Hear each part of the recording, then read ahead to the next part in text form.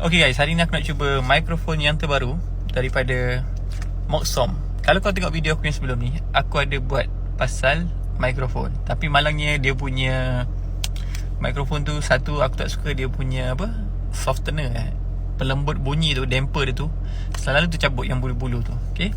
Lepas tu yang kedua, dia punya receiver tu sebenarnya dah hilang dan dia susah nak cas. Jadi aku beli mikrofon baru Moxom. So jom kita tengok macam mana dia punya audio quality. Kat sini dia tulis ada noise reduction, dah siap built in. Maknanya tak perlu nak tekan switch apa, tak perlu nak on off.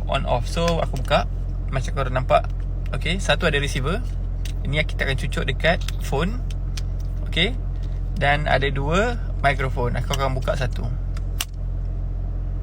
Okay, baik. Video yang korang dengar sekarang ni adalah video yang tak ada pakai mikrofon lagi. Jadi mungkin ada dengar bunyi engine sikit, sebab sekarang ni bateri pun dah low.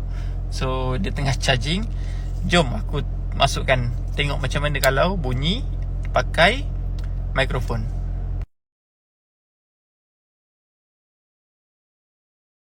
Nampak dia dah hijau. Okay. Okay, baik. Ini adalah hasil audio daripada mikrofon. Okay.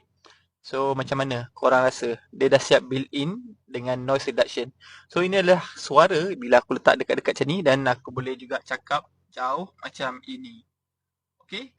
So far dia punya built in ni solid, pakai USB type C. Okay. Casing ni dia akan charge dua microphone receiver ni.